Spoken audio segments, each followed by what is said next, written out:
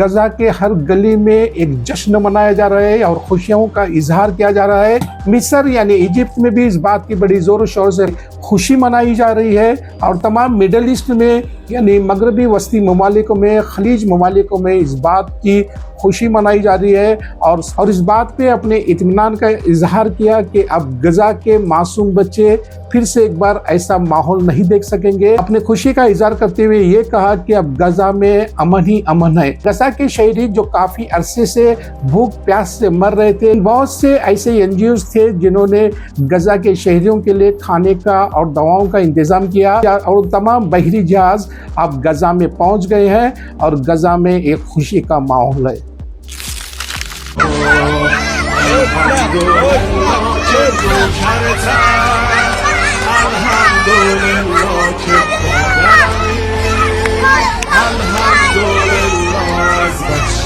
Why are you here today? We stand for justice and we must stop the oppression and suffering of the Palestinian people.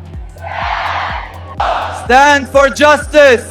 Stand with Palestine.